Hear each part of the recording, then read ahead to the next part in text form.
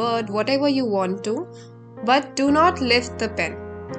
Right now here I'm going to draw a flower, and I'll draw the petals over here like this, and I'm not going to lift up my pen. I make all the petals and the stem.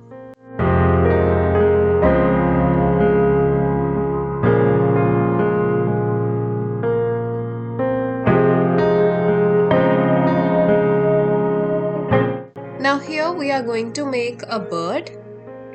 Not a bird, actually two birds, and we are not going to lift up our pen. I make the beak here after making the head and the body and the wings here and the tail over here like this. It doesn't have to be perfect, it just have to be there.